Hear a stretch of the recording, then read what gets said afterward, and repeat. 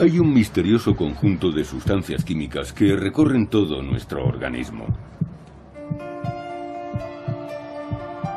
Esas sustancias rigen nuestra vida y modelan nuestro destino. Transforman al niño en adulto, regulan nuestro apetito y afectan incluso a nuestras pasiones. Se llaman hormonas y son fundamentales para hacer de nosotros lo que somos. Me llamo John Wass y soy catedrático de endocrinología, que es el estudio de las hormonas. Durante 40 años he dedicado mi vida profesional a las hormonas y las encuentro absolutamente fascinantes. En mayor o menor medida lo controlan todo en su cuerpo. La manera en que desentrañamos cómo funcionan las hormonas es uno de los episodios más interesantes de toda la historia de la medicina. Una historia que contiene experimentos aberrantes y personalidades muy destacables. Por el camino ha habido ciertas desviaciones terroríficas y algunos de los peores ejemplos de oportunismo y charlatanería. Esto es aceite esencial de espermina. Madre mía, es de 2 testículos. Pero también ha habido inspirados momentos de genialidad y confortadores relatos de supervivencia. He aquí un retrato de Leonard Thompson. Tendría que haber muerto. Hoy las hormonas son el campo puntero de la investigación médica. Y se hacen descubrimientos casi a diario que nos enseñan que sus efectos son todavía mayores de lo que nunca hemos imaginado. Para mí es un viaje personal.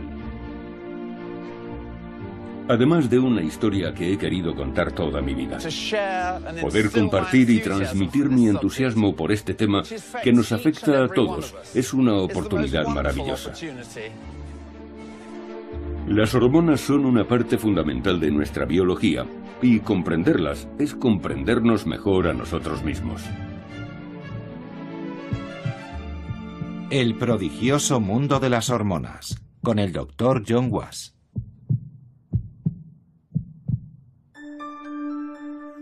Todos hemos oído hablar de las hormonas, pero la mayoría no pensamos en ellas a diario. Sin embargo, siendo tan fundamentales en nuestra vida, nuestro conocimiento de las hormonas data de fechas sorprendentemente recientes. El sistema hormonal no es algo anatómico, como el esqueleto, el sistema nervioso o el sistema cardiovascular. Es algo que no se ve. Por tanto, la manera de abordarlo es diferente. Ser cardiólogo es fácil. Si sientes dolor en el pecho, algo malo le sucede a tu corazón, pero con las afecciones endocrinas la cosa cambia. Esa es una de las razones por las que es uno de los últimos sistemas que se han descubierto. Este sistema endocrino u hormonal, aunque es invisible, es uno de los que más influyen en el funcionamiento y la regulación de nuestro organismo. Cómo descubrimos sus secretos es un gran relato de detectives médicos. Un relato lleno de giros inesperados. Y empezaré la narración remontándome a la década de 1730, no con un gran médico y un brillante experimento, como podrían esperar, sino en una de mis ciudades preferidas del mundo, con un episodio verdaderamente sorprendente. En todos mis años de profesión médica y siendo amante de la ópera, nunca imaginé que algún día pondría los pies en el escenario del Anderbin, uno de los teatros de ópera más importantes del mundo. Quiero que escuchen un sonido extraordinario. Lo crean o no, este sonido lo produce un hombre adulto de más de 2 metros de estatura. Esta grabación de 1902 es la única que existe de un cantante de su clase.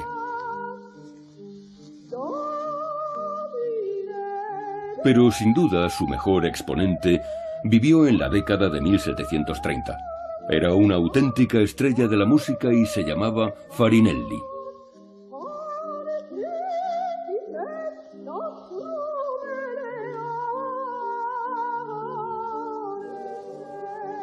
Este es el sonido que Farinelli era capaz de emitir.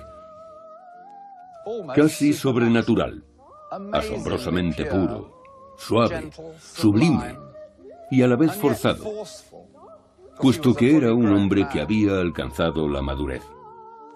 Esta voz tan extraordinaria se debía a que era un castrato. A Farinelli lo castraron antes de la pubertad para que no le cambiara la voz y conservara su pureza.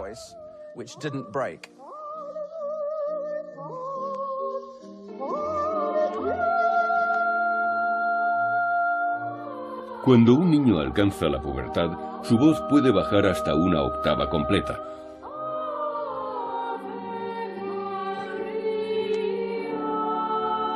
Lo que le impide llegar a las notas altas del registro de soprano.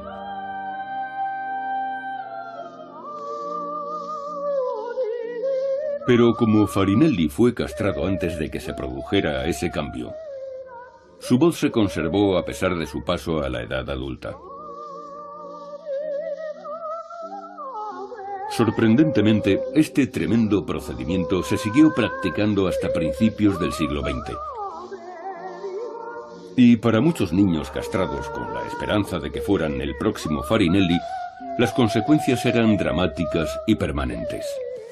No solo fue su voz, desencadenó otros cambios muy importantes que pueden observar en esta hermosa pintura.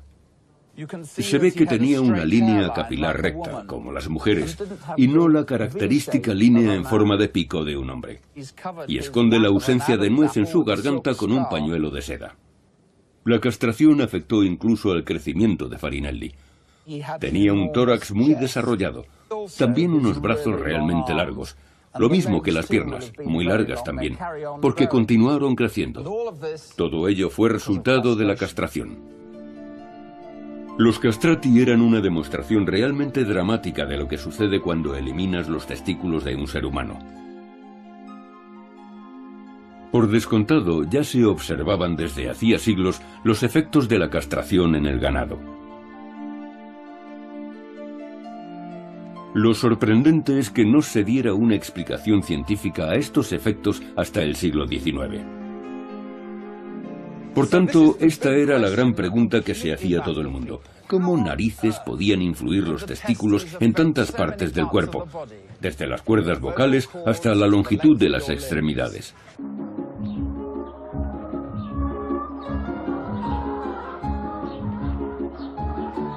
Hablando de caer en desgracia, yo he descendido de la gran ópera a perseguir pollos.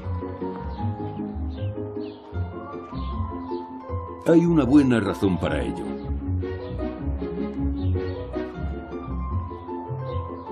En 1849, un psicólogo alemán llamado Arnold Berthold llevó a cabo unos experimentos extraordinarios con pollos que revelaron el mecanismo por el que la castración afectaba a todo el organismo.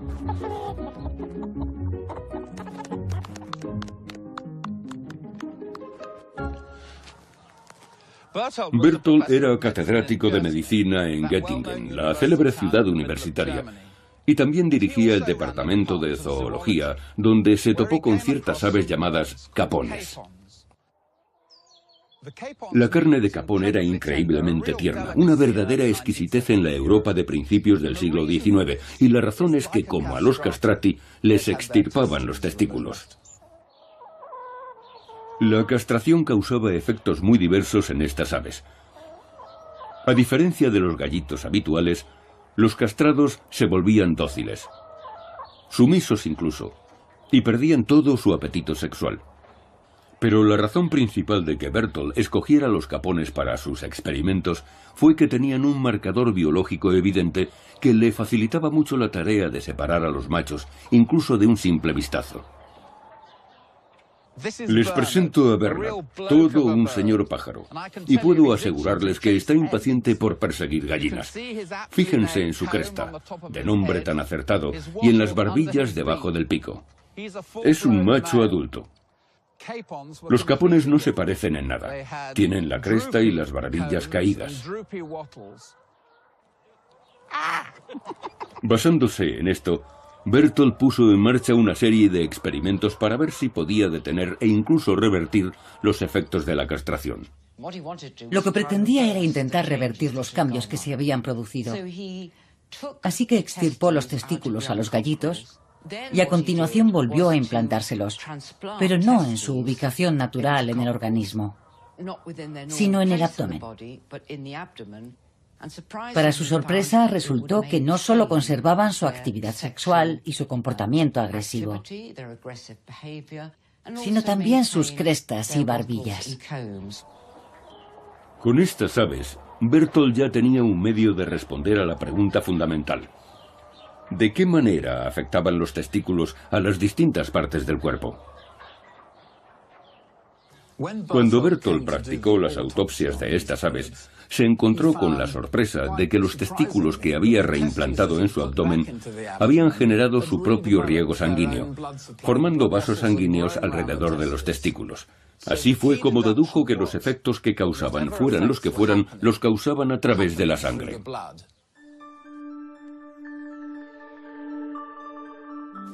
Y lo más interesante del experimento de Berthold fue la evidencia de que los testículos liberaban alguna clase de sustancias químicas que reaccionaban en otras partes del organismo. Ahora sabemos que Berthold estaba viendo la acción de la hormona sexual masculina, la testosterona, que liberada en grandes cantidades en la sangre durante la pubertad, hace que los niños se conviertan en hombres. Por aquel entonces nadie concebía que solamente unas sustancias químicas pudieran tener semejantes efectos en el organismo. Curiosamente, sus hallazgos tuvieron escasa repercusión en la comunidad científica. El propio Berthold no continuó con la investigación de lo que había observado. Eran observaciones de un interés fabuloso, y resulta muy llamativo que Berthold aparentemente no le diera más vueltas al porqué de lo ocurrido. Fue una grandísima oportunidad perdida para la ciencia, y tendrían que pasar muchas décadas para encontrar una explicación. En el siglo XX, los científicos hicieron justicia a Berthold, reconociendo que había sido el primero en describir el funcionamiento de glándulas como los testículos. Por desgracia, sus contemporáneos hicieron caso omiso de sus hallazgos y en cambio hacían aberrantes afirmaciones sobre los testículos. En particular pensaban que podían ser la fuente de la eterna juventud. El método de Brown-Séquard. Este extraordinario anuncio data de principios del siglo XX, y en él aseguran haber encontrado el secreto para rejuvenecer al anciano. Hormonas de 2 testículos. Es tan gracioso.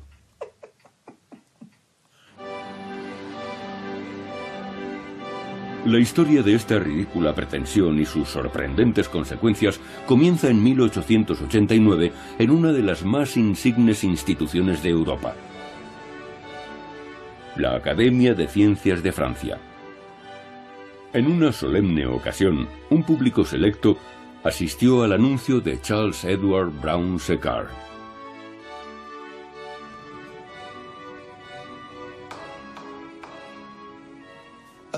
A los 72 años, al final de una larga y distinguida carrera profesional como científico y médico, y más que familiarizado con el maravilloso entorno de la Grande Salle de Sciences, en la Academia de Ciencias de Francia, un gran número de eminentes catedráticos se congregaron allí para oír su discurso. Lo que Brown-Séquard anunció era un experimento absolutamente increíble. Explicó que había preparado un brebaje a base de 3 ingredientes: sangre de los vasos espermáticos, semen y jugo extraído de testículo, aplastado inmediatamente después de ser extirpado de un perro o un conejillo de Indias. La mezcla resultante de sangre y semen se la inyectaba él mismo.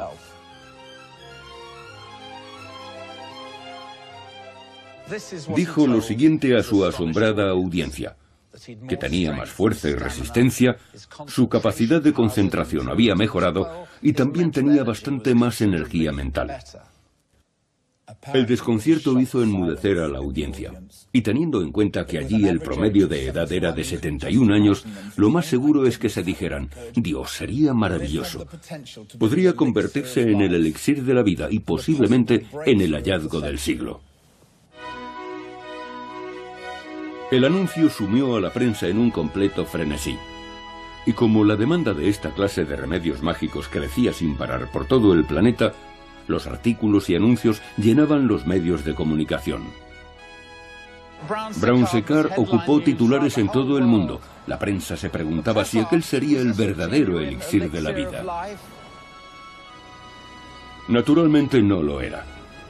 Pero fue una llamada a las armas y marcó el comienzo de un periodo de intenso interés por los testículos y otros órganos conexos cuyos extractos se pensaba que podían tener propiedades medicinales. Aprovechando la avidez del público por las curas milagrosas, Brown Séquard creó un auténtico fenómeno. Lo denominó organoterapia y consistía en inyectar diversas glándulas en el organismo, a menudo con escaso fundamento científico, para curar diversas enfermedades. Pero nadie consiguió repetir los resultados de sus experimentos, y las mejoras espectaculares que aseguraba que había obrado en su organismo seguramente no eran otra cosa que el efecto placebo. Por desgracia, lo más probable es que aquellos extractos acuosos no contuvieran ni un solo principio activo. Así que era bastante improbable que el extracto de Brown Séquard pudiera funcionar. Pero el gran interés que despertó en los efectos de los extractos glandulares tuvo consecuencias duraderas. A lo largo de la década de 1890 hubo toda una serie de meritorios descubrimientos científicos que son una parte esencial y sumamente gratificante de mi trabajo en la actualidad.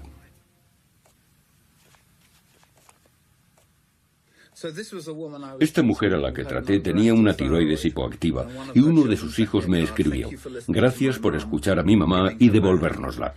Y luego la madre de ella escribió: "¿Cómo puedo agradecerle que me haya devuelto a mi hija, que haya devuelto su madre a mis nietos y su esposa a mi yerno? Y solo le había administrado hormona tiroidea".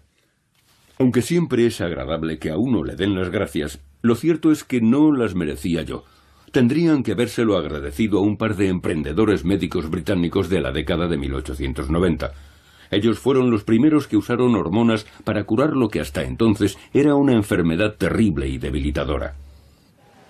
Esta es la historia del primer gran descubrimiento que permitió dar con un tratamiento de éxito en endocrinología y está relacionado con la glándula tiroides situada en el cuello. El tratamiento se centraba en los trastornos conocidos como mixedema y cretinismo. En la práctica son afecciones parecidas, y quienes las padecen pueden quedar física y psíquicamente discapacitados. Eran relativamente comunes hace apenas 100 años. En la época victoriana había incluso una casilla en el censo para marcar cretinismo. Afortunadamente, hoy día es una enfermedad totalmente controlable. Y todo gracias al trabajo que emprendió este hombre. Victor Horsley nació en el resplandeciente Londres de otros tiempos, en el seno de una familia de aristócratas. Pero tenía una gran conciencia social y era defensor a ultranza de la asistencia médica gratuita para todos.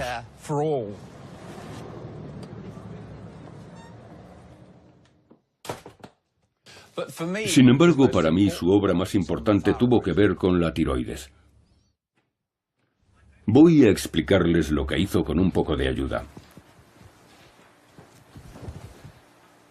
Esto es glándula tiroidea de oveja, aunque cuando Horsley empezó estos experimentos usó monos.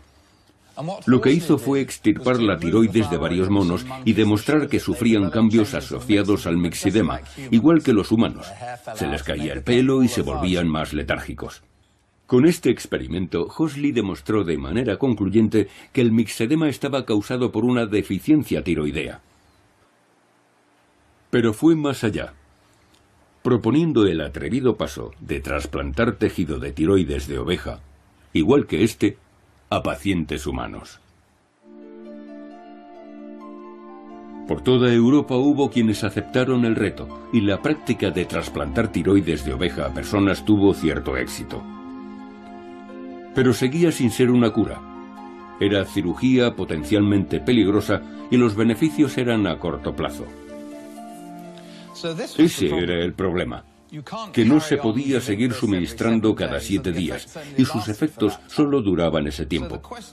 Así que la pregunta era, ¿cómo hacemos de esto un tratamiento? Lo cierto es que fue uno de los alumnos de Hosley, George Murray, quien resolvió este problema de una manera bastante insólita. La solución de Murray fue seccionar la tiroides en trocitos pequeños, ponerlos en ácido carbólico y dejarlos toda la noche tapados. Luego usó un pañuelo normal y corriente. Usó el pañuelo para escurrir los trocitos y producir lo que describió como jugo rosado de tiroides. Aquello fue en cierto modo una revolución. Significaba que había una manera efectiva y barata de tratar las afecciones del mixedema y el cretinismo. Y era barata, porque la glándula tiroidea procedía del matadero. La paciente más famosa, a la que solo conocemos como señora S, tenía 46 años cuando Murray empezó a tratarla, y era evidente que padecía mixedema. Tenía el rostro hinchado y la piel pálida. Murray empezó a inyectarle jugo de tiroides de oveja 2 veces por semana. En 3 meses, su aspecto mejoró como por arte de magia. Tenía la piel menos pálida y se sentía con más energía.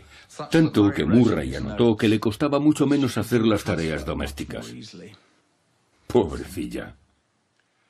La señora S vivió hasta los 74 años, un registro muy digno para 1890.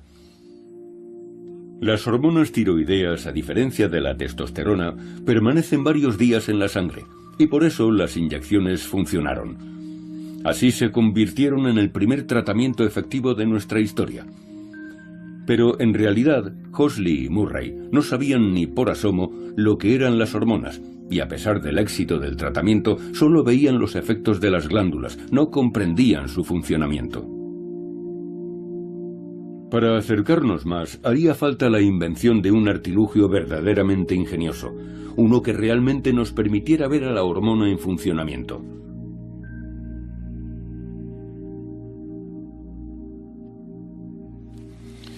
Nadie les reprocharía que pensaran que esto es una obra maestra de relojería de principios de siglo. En realidad, es un asombroso artefacto inventado por un físico de Harrogate llamado George Oliver. Esta máquina se llama arteriómetro y es una pieza preciosa. Para usarla simplemente se pone alrededor de la muñeca, donde está la arteria, y se mide el diámetro de la arteria con un manómetro. Oliver buscaba una cura para la hipotensión arterial usando extracto de glándulas suprarrenales, unas glándulas situadas encima de los riñones. Se lo había inyectado a conejos y todos habían muerto a causa de ello, y aún así quiso probar su extracto en humanos. Cuentan incluso que se lo inyectó a su propio hijo. Por suerte su hijo sobrevivió, y dio a Oliver los resultados que necesitaba. Lo que demostró fue que los efectos del extracto de glándula suprarrenal, medidos con su arteriómetro, causaron un estrechamiento de las arterias y, como consecuencia, un aumento significativo de la tensión arterial. Ahora sabemos que lo que Oliver medía era la adrenalina. Es una sustancia química liberada por una glándula situada encima de los riñones. Produce una señal para que el corazón empiece a latir más deprisa y la sangre fluya a mayor velocidad. La capacidad de medir los efectos de la adrenalina fue un hallazgo asombroso. Pero el mecanismo por el que esta y otras hormonas actuaban seguía siendo un misterio. Un misterio que se resolvería solo unos años más tarde, a un precio terrible. Por desgracia, la investigación fundamental que nos llevaría hasta ese punto surgió de uno de los experimentos más escandalosos de la historia de la medicina. Esta sala de operaciones es la más antigua de Inglaterra. En lugares como este, por toda Europa, las mujeres se sometieron a ovariectomías, es decir, la extirpación de ambos ovarios, para tratar afecciones como la histeria, la anorexia, la ansiedad y hasta la ninfomanía. Creían que los ovarios eran la fuente de toda clase de discapacidades mentales, físicas, de toda clase de males, y por tanto se los extirpaban sin más a las mujeres. Y la razón de que lo hicieran era un grave error de concepto, relacionado con el sistema nervioso. Cundía la idea de que el sistema nervioso estaba relacionado con todas las partes del cuerpo, incluido el cerebro. Las glándulas formaban parte de este sistema y los ovarios en concreto eran los centros nerviosos que regulaban el organismo de toda mujer. Se calcula que en toda Europa 150.000 mujeres fueron sometidas a esta operación para tratar males asociados a su condición femenina. Pero lejos de curarlas, la operación les causó nuevas complicaciones. Y cuando se extirpan los ovarios a una mujer, desarrolla precozmente síntomas premenopáusicos, por lo que para ella significa volver al principio. Los médicos querían averiguar la razón de que las ovariectomías estuvieran causando estos problemas. En su búsqueda de una solución, un hombre llevó a cabo experimentos que pusieron patas arriba las verdades científicas aceptadas. Joseph Halban echó por tierra la idea de que las glándulas se comunicaban a través de los nervios y con ello ofreció la primera imagen nítida de cómo funciona el sistema hormonal. Lo que Halban hizo fue extirpar los ovarios y partes del útero e implantarlo todo bajo la piel de jóvenes cobayas. Y demostró que tanto los ovarios como el útero habían sufrido cambios que solo cabía esperar que sufrieran estando dentro del animal del que habían sido extirpados. Esto demostró que los ovarios funcionaban como si estuvieran en su emplazamiento original, y algo todavía más importante, que seguían funcionando sin que hubiera unos nervios que los conectaran al resto del organismo. El descubrimiento de Halban puso fin a las ovariectomías y también tuvo enormes repercusiones en la historia de las hormonas. De esta manera, demostró que los ovarios no ejercían el control a través de los nervios, sino a través de secreciones internas, mensajeros químicos que viajan en la sangre y se desplazan por el organismo, afectando a diversas partes del cuerpo. Estas secreciones en conjunto formaban un nuevo sistema, el sistema endocrino. La definición de este nuevo sistema era la última pieza del puzzle de las hormonas. Y con la entrada en el siglo XX, al fin la ciencia retomaba las observaciones de Berthold caídas en el olvido. Su trabajo con los gallos, los experimentos de Hosley y Murray con glándulas tiroideas, el descubrimiento de la adrenalina por George Oliver y ahora Halban. Todo se sumaba para darnos una visión moderna de un sistema diferenciado de secreciones internas en permanente funcionamiento dentro de nuestro organismo. Ya solo faltaba ponerle un nombre a esas secreciones. Cuentan que fue Ernest Starling, un renombrado psicólogo de la época, quien acuñó el término que ahora usamos todos, durante una cena universitaria en Cambridge. Starling estaba sentado con un colega devanándose los sesos para decidir qué nombre ponerle a unas secreciones capaces de desplazarse a otra parte del cuerpo y estimularla directamente. Entonces le preguntaron a un experto en la antigua Grecia qué pasaba por allí. Uno dijo que deberían llamarse algo parecido a hormao, porque era como se decía en griego yo excito o estimulo. Y como dato interesante, Starling pronunció después una conferencia en la Crunian Society en la que de pronto usó la palabra hormona. Nadie la había oído antes, y se quedó así. El nombre cuajó y hoy día todos oímos hablar normalmente de hormonas, aunque es posible que no seamos conscientes de su importancia. Toda forma de vida que tenga más de una célula, todas las plantas, todos los animales, desde un gusano hasta una orca, producen hormonas. Se conocen más de 80 hormonas distintas solo en los humanos, y todas cumplen una función bien diferenciada. Si se sienten estresados es que están produciendo una de las hormonas del estrés, llamada cortisol. Cuando se preparan para hacer ejercicio, la adrenalina, la famosa hormona de luchar o salir volando, hace su aparición. Las hormonas influyen hasta en el proceso de establecer vínculos. Hablamos de la oxitocina. Pero, ¿qué son las hormonas? Bien, las hay de varias clases: aminas, péptidos y esteroides. Y todas ellas tienen una estructura molecular diferente. Lo que las une es su funcionamiento. Cada hormona actúa sobre una célula particular. Por extraño que parezca, imaginemos que soy una hormona y me dirijo hacia mi objetivo. Cada hormona fluye a través del torrente sanguíneo, pasando por miles de millones de células, pero solo ejercerán el efecto deseado cuando lleguen a la correcta, una célula que encaja con su estructura química específica. Las hormonas solo funcionan con células específicas. En cualquier otro sitio es como intentar abrir una puerta con la llave errónea. Bien, célula equivocada. Volvamos a intentarlo. En estas células diana específicas, la llave encaja perfectamente y la hormona actúa sobre la célula poniéndola a trabajar. Una vez que la hormona se encuentra en el interior de su célula diana, puede cambiar su manera de comportarse para hacer que realice una tarea determinada. Por ejemplo, cuando la adrenalina llega al corazón, lo hace latir más deprisa. Cada hormona tiene una función propia y exclusiva. Las hormonas realizan muchas acciones distintas y tienen diferentes plazos de acción. Así, mientras que la adrenalina solo actúa unos minutos sobre el corazón, los efectos del estrógeno secretado a la sangre cada día duran años.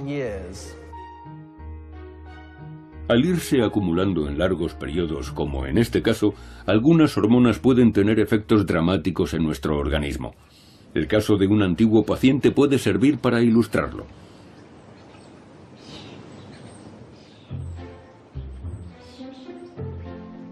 Con 2,30 metros de altura, Chris Greener está entre los hombres más altos del Reino Unido. Y aquí está, con el director de nuestro documental, James, que mide sus buenos 180 centímetros. Chris lleva una vida sana, aunque poco habitual. Cuando me preguntan qué problemas tengo por ser tan alto, yo digo que lo peor es encontrar ropa de mi talla. Llevo con este problema prácticamente 50 años. Cuando terminé primaria era más alto que la mayoría de los profesores. Pensaba que ya no crecería más, pero seguí y seguí. El trastorno que padece Chris se llama gigantismo acromegálico y está causado por sobreproducción de hormona del crecimiento. Es decir, que no paró de crecer y crecer hasta que había entrado en la veintena. Cuando empecé a trabajar medía 2 metros. Y cuando me nombraron el hombre más alto rondaba los 2,30 metros. Por tanto, había crecido unos 30 centímetros en 7 años. Fue a través del estudio de personas como Chris como se descubrió el misterioso papel que desempeñan las hormonas en el crecimiento.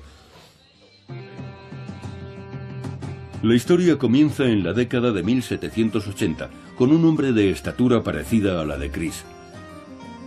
Cuando el irlandés Charles Byrne llegó a Londres para ganarse la vida como fenómeno humano, enseguida llamó la atención de un famoso científico y coleccionista llamado John Hunter. Desoyendo la última voluntad de Byrne de que echaran su cuerpo al mar, Hunter robó su cadáver y exhibió su esqueleto en un museo. Y a pesar de la falta de ética que supuso, aquello dio una pista de incalculable valor a los científicos. Más de un siglo después, en 1909, el brillante neurocirujano estadounidense Harvey Cushing trató de explicar por qué Byrne había crecido tanto. Usó el cráneo para sugerir que la causa podía estar en una diminuta glándula, oculta en la base del cerebro.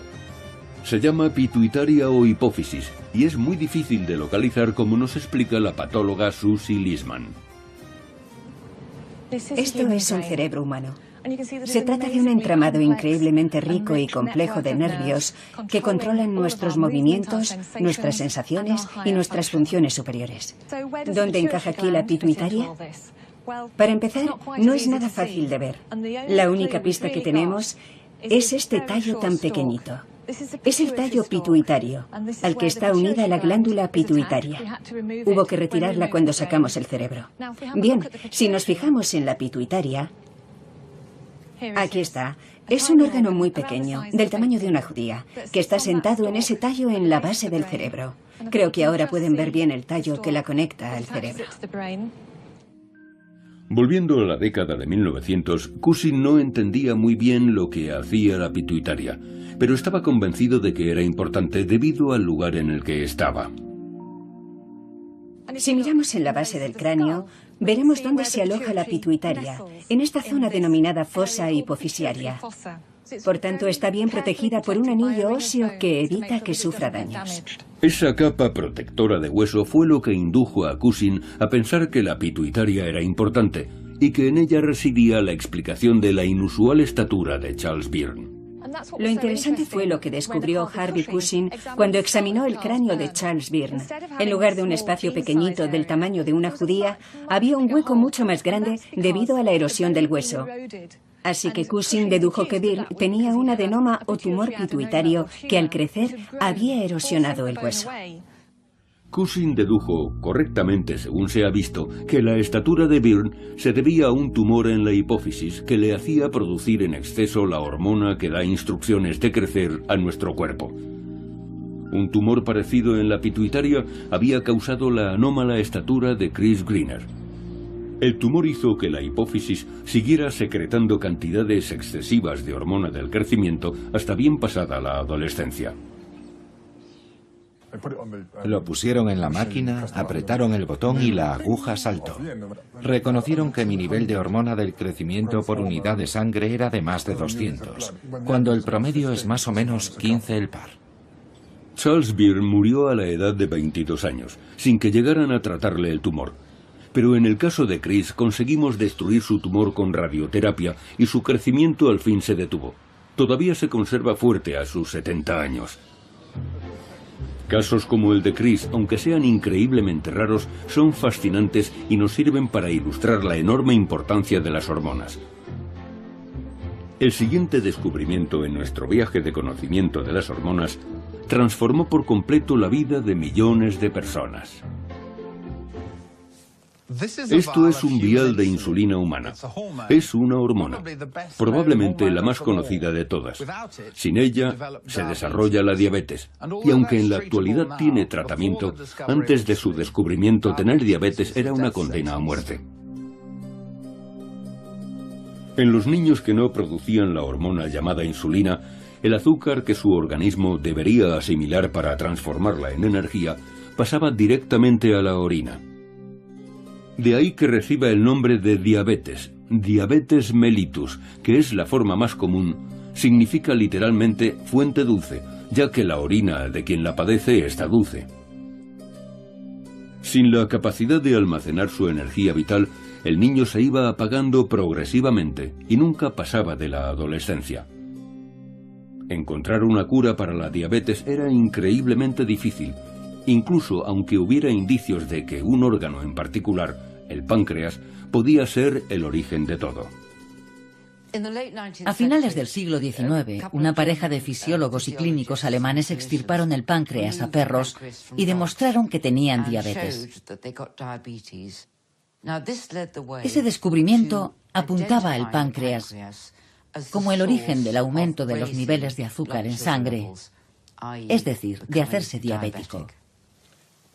Esto es el páncreas de un cerdo y tiene aproximadamente el tamaño y la forma de un páncreas humano, situado en la parte superior del estómago, por la parte de atrás. Y es un órgano asombroso porque cumple dos funciones importantes. Una es producir los jugos digestivos que van al estómago a través del conducto pancreático, y la otra es producir insulina, que controla los niveles de azúcar. Esto representaba un problema para quien quisiera utilizar el páncreas como posible cura para la diabetes. El páncreas tiene el inconveniente de que en su mayor parte está formado por células que secretan enzimas digestivas.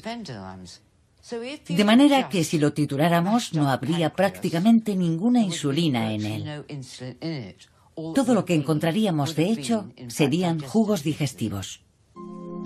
Entonces, ¿quién fue el genio que resolvió el problema y ganó el primer premio Nobel en endocrinología de la historia? Frederick Banting era, de hecho, el menos probable de los médicos pioneros. Desde luego no dio con su revolucionaria cura para la diabetes mientras trabajaba en un laboratorio dotado de buenos fondos. Era más bien un médico fracasado que ejercía en Ontario, Canadá. Acosado por las deudas, completaba sus ingresos dictando clases a estudiantes de medicina. Y sin embargo fue responsable de uno de los descubrimientos más sensacionales de toda la historia de la endocrinología. Mientras investigaba para dar una de estas conferencias, se topó con un artículo en una publicación poco conocida: Cirugía, Ginecología y Obstetricia. Se refería a la posibilidad de detener la función digestiva del páncreas, eliminando las enzimas y dejando solamente las células productoras de hormona para que hagan su trabajo. Se pasó el día buceando en sus notas, reflexionando sobre cómo el organismo controla el azúcar y en particular el páncreas. Se fue a la cama con esos pensamientos rondándole en la cabeza y se despertó de repente con una sorprendente revelación.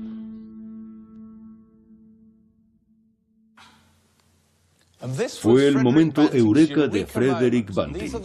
Anotó lo siguiente en una libreta en mitad de la noche: diabetes. Así, mal escrito, aunque redactaba muy bien, así que estaría dormido. Ligar los conductos pancreáticos en perros. Mantener los perros vivos hasta que el tejido acinar degenere y queden los islotes. Intentar aislar la secreción interna de estos para que se produzca glucosuria. Hay que ser médico para comprenderlo, pero les diré que fue el primer paso para dar con el remedio de la diabetes.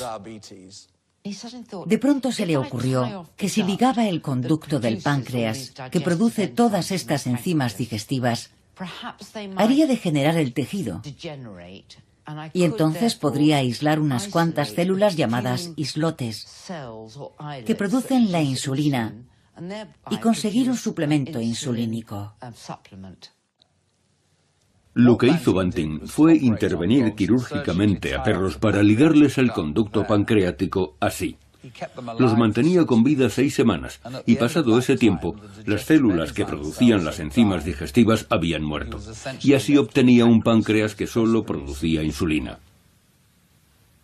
Increíblemente, al ensayar en animales el extracto del páncreas de este perro, se demostró que la teoría de Banting era correcta, y en enero de 1922 ya estaba preparado para ensayar el mismo extracto en humanos. Leonard Thompson era diabético desde muy joven. En 1921, con 14 años, fue ingresado en el Hospital General de Toronto al borde de la muerte. Estaba tan delgado que muchos pensaban que era víctima del hambre. Estaba pálido, se le caía el pelo y olía a acetona, un síntoma característico de la diabetes. En ese estado, él y su padre decidieron probar el tratamiento en fase experimental del Dr. Banting, que contenía insulina, o lo que él describió como una porquería espesa y marrón. Tras cierto proceso de refinado, lo que Thompson llamaba porquería, ya que después de todo era páncreas de perro, le proporcionó una vida completamente nueva.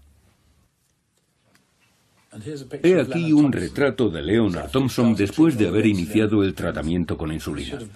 Tenía que estar muerto para entonces, pero felizmente fue el primer paciente tratado con éxito y es maravilloso poder verlo con este aspecto. En la actualidad la insulina se produce sintéticamente y salva la vida de millones de personas. Sin duda fue un triunfo médico rotundo. Pero en la década de 1920, aquello abrió las compuertas a una marea de investigación sobre las hormonas, donde otros esperaban encontrar más curas milagrosas. Por desgracia, como ya hemos visto, esta búsqueda puede tener consecuencias indeseables. Tras este gran éxito, pasamos de lo sublime a Dios no permitas que mis ojos lo vean, porque el estudio del sistema endocrino, por un instante, se desvió gravemente de su camino. Aunque habían quedado muy lejos los días de Brown Séquard, persistía la esperanza de hallar el secreto de la eterna juventud. Y con la milagrosa supervivencia de Leonard Thompson y de otros diabéticos como él, empezó a calar la idea de que si sustituyendo las hormonas que faltaban se podían curar enfermedades, elevando los niveles normales se conseguiría reforzar la salud. Así surgió, por ejemplo, una de las modas más estrafalarias de la historia de la medicina. Por toda Europa y por todo el mundo, los hombres empezaron a someterse a una operación sumamente perversa. Aspiraban a recuperar su juventud.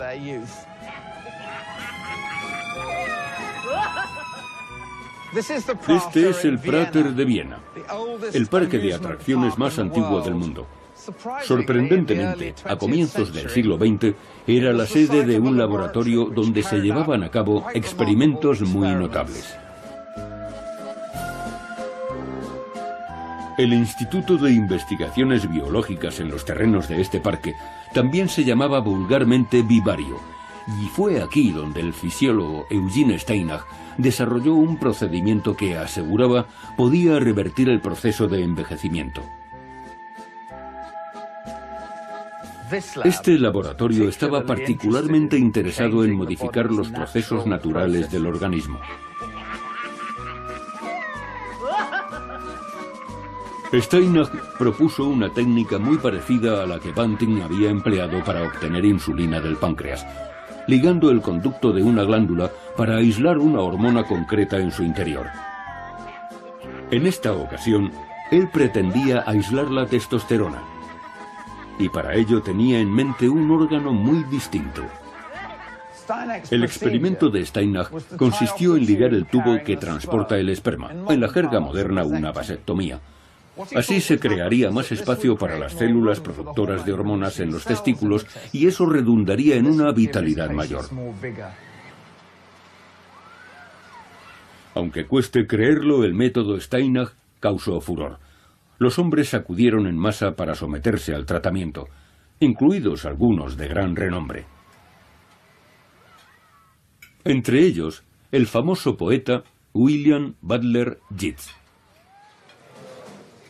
A sus 69 años, Yeats tenía una salud precaria y sufría una depresión profunda. Padecía el bloqueo del escritor. Pero tras someterse al tratamiento, sus habilidades creativas aumentaron espectacularmente, así como su deseo sexual. Hay quien piensa que Yeats escribió su mejor poesía después del tratamiento. Un joven en la oscuridad soy, pero en medio de la luz un viejo loco. Ella dijo entonces a aquel viejo loco, que apoyaba la mano en su fornido bastón: dar el amor o retenerlo no depende de mí. Y no solo era su poesía. Unos meses después de someterse al tratamiento, Yeats se emparejó con una actriz de 27 años, 42 más joven que él. ¿Habría dado Steinach con el secreto de la eterna juventud?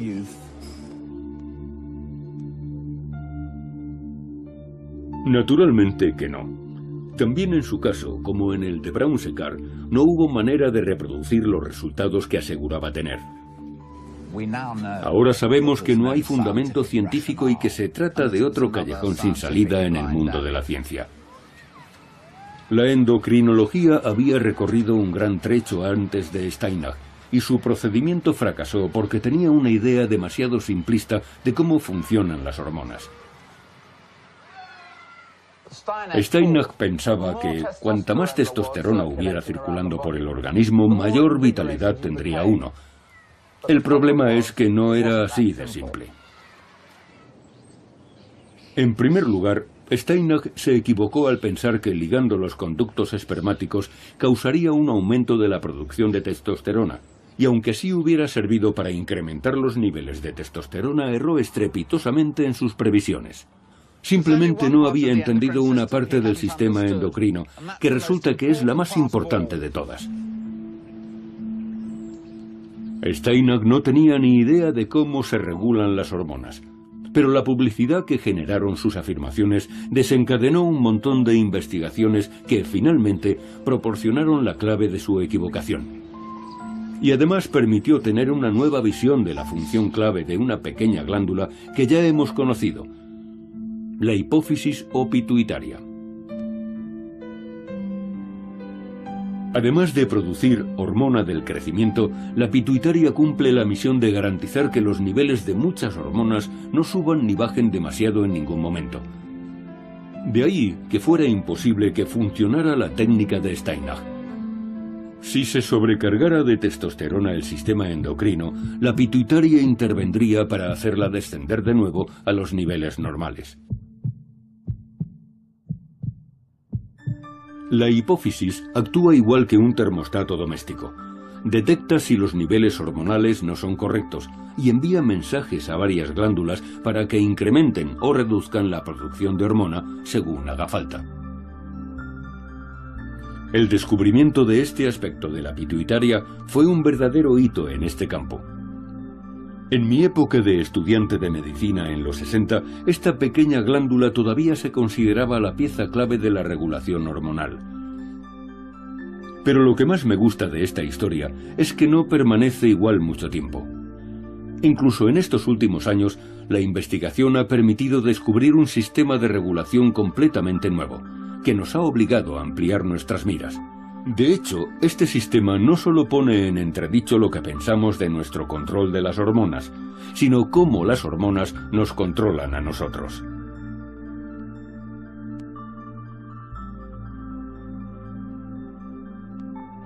La catedrática Sadaf Farooqui lleva más de 10 años en la vanguardia de la investigación de las hormonas. Está estudiando junto con su equipo la función de las hormonas en la obesidad. Y en este caso, las hormonas funcionan de manera mucho más sorprendente de lo que cabría esperar. El primer hallazgo importante fue el de una hormona completamente nueva llamada leptina, que primero se encontró en ratones muy obesos. Fue el primer paso para descubrir todo un sistema completamente nuevo para regular el peso. Y ese sistema depende de la leptina, que está fabricada por nuestra grasa. Fue un descubrimiento sin precedentes, una hormona que era producida no por una glándula, sino por células que nadie pensaba que pudieran formar parte del sistema endocrino. No sabíamos que la grasa podía fabricar hormonas. Sabíamos que estaba ahí para almacenar reservas de energía. Pero este descubrimiento fue muy importante. La grasa podía fabricar una hormona que circulaba por la sangre y actuaba sobre el cerebro para controlar nuestro peso. Algo increíble. Con esta hormona, nuestras propias células de grasa pueden controlar cuánto comemos, estableciendo su propio circuito de retroalimentación con el cerebro. Así funciona. Nuestras células de grasa producen leptina constantemente, y cuanto mayor sea la reserva de grasa que tengamos, mayor cantidad de leptina corre por la sangre. Básicamente le dice a nuestro cerebro que hemos comido suficiente y perdemos el apetito. Pero lo importante del trabajo de Sadaf viene ahora, que es cuando el sistema no funciona debidamente y por alguna razón las células de grasa no fabrican leptina. Sadaf prosigue su investigación para comprender todas las razones que expliquen esto. Pero ya ha hecho un descubrimiento fantástico al señalar una causa concreta. En algunos casos, la incapacidad de un paciente para producir leptina reside en sus genes. La función de la hormona leptina se descubrió en parte usando la genética. Pudimos examinar el ADN de los pacientes y averiguar que tenían una mutación genética que impedía producir la hormona leptina. Y esa era la causa del problema de obesidad. En el caso de que una persona tenga ese gen defectuoso, no podrá controlar su apetito y por tanto comerá más de lo que su cuerpo necesita. Y eso se traducirá inevitablemente en obesidad. Mucha gente pensaba que la tendencia a ganar peso era una cuestión de autocontrol, que solo dependía de la cantidad de comida que uno ingería y del ejercicio que uno hacía, y no había ningún aspecto biológico relacionado. Lo que nosotros demostramos con el descubrimiento de la leptina y su ausencia en pacientes es que los genes pueden cumplir una función muy importante en el control de nuestro peso, afectando a nuestro apetito, y que la leptina es un regulador clave del apetito. Es un descubrimiento increíble, que las hormonas son un factor clave en nuestra capacidad de mantenernos en un buen peso. Y el hecho de que el apetito pueda estar dirigido por una hormona ha permitido a la gente tener esperanzas en la batalla contra la obesidad. Supuso que podíamos buscar un tratamiento para esos pacientes. Podíamos darles la leptina que les faltaba, inyectándosela 2 veces al día. Y ha funcionado increíblemente bien. Ahora llevan vidas normales, tienen un peso normal y se han corregido otros muchos problemas de salud.